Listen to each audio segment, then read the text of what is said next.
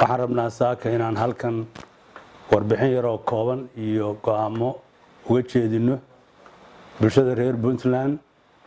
kaasoo ku saabsan nidaamkii lacagaha iyo habka ay u shaqeynayaan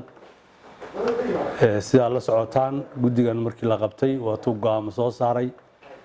go'aamadaas way dhaqan galeen boqolkiiba 80 iyo ka badan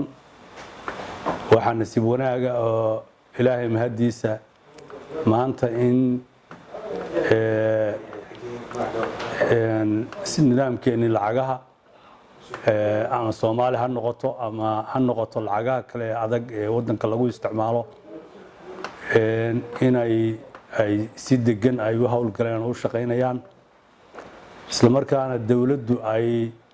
lacagihii saayidka ku ahaa suuqyada oo dhan ee shilin Soomaaliga boqolkiiba 70 iyo ka badan inay gacanta iyadu ku hayso mar haddii yoolasha la gaadhay guddigu go'aamada uu soo saaro waxa oo qorshahoodu ahaa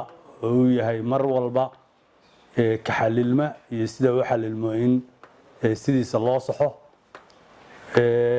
wixii markaa caqabada ka sii jiraan caqabadahooda lagu baadi doono alxamdulilaahi rabbil caalamiin maantay tus wax waliba waxay noogu shaqeynayaan si fiican waxa jirtay marka inaan koodii bisha afraad soo saaray go'aan kaasoo dhigayay in lacagaha jajabka ee ka yar $1 la hakiyay muddo xadidan isla markaana ciddii rabta loogu bedelay in u dhiganta oo nidaamka elektarooniga iyo dollarka ah in lagu isticmaali karo shilinka in lagu isticmaali karo oo shirkadaha looga amray nidaamkaas si fiican buu u shaqeeyay ujeedkan waqtiga ka ahayn waxay ahayd in lacaguhiisa soo gaadhaan isla markaana suuqyada qaarkood aan ka dareenay in nidaamka fractionka dadka isticmaalaya ay xoogaa maciishada yara boonbooniyeen inaan taa ku bedelo in shilin Soomaaliga oo elektarooniga loo isticmaalo ama isagoo caadiya muddan hadda arintaas soo wadnay ku soo tijaabinay alxamdulillah waxa weeyaan intaan ka rabnay waa ka gaadhnay awal waxa ahayd waqti xadidan marka ugu horeysa waxaan rabnaa inaan maanta bulshada reer Puntland aan u sheegno inaan u fasaxnay nidaamkii aan awal hakinay oo $1 iyo wixii ka yaraa inaan dib u fasaxnay oo ay isla shaqeynayaan laga bilaabo maanta oo ay isla shaqeynayaan lacagtii jajabka ahayd ee $1 ka yarayd lacagtii elektarooniga ahayd ee shilinka ahayd ciddii rabta iyo lacagtii noodka ahayd ee shilin Soomaaliga ahayd intiiba inay isla shaqeynayaan sidaa waxaan u sameynay inaan cid walba meeshii joogto ugu fududeyno mar haddaan ujeedka aan ka lahayn laga gaadhay inaan cid walba ugu fududeyno meesha ay haysato meesha ay joogto in iibku uu ugu fududaado taas horta waxaan rabnaa inaan sidaa dadka ugu sheegno laga bilaabo maanta inaan saa ugu fasaxnay barlabaadka waxaan rabnaa dadka reer Puntland oo aan guddiga iyo guud ahaan dawladda Puntland ay danahooda ku mashquulsan tahay inaan ugu baaqno in si wada jiro looga wada shaqeeyo danaha siiba arrimaha xagga lacagta ku saabsan lacagta habka ay u shaqeyso uu ka duwan yahay hababka kale ee la siyaasadayn karo lacagaha waxa saameyn ku yeesha wax yar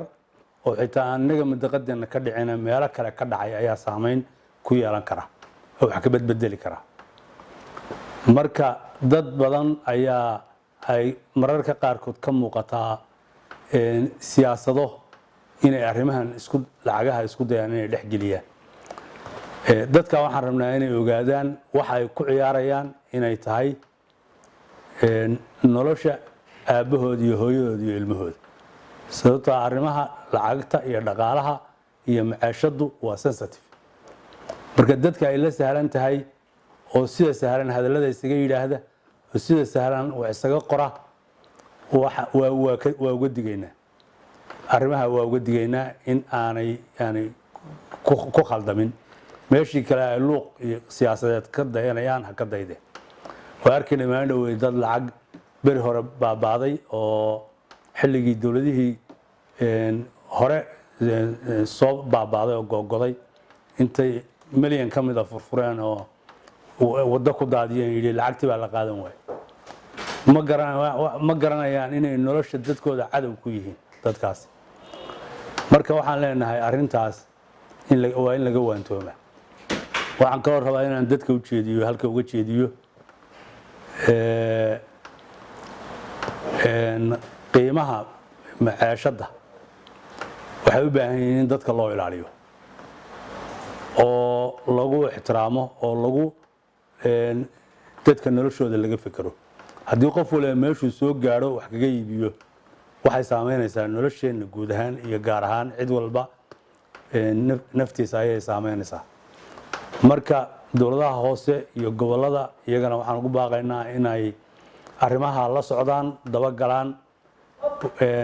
macaashada iyo suuqyada sida ay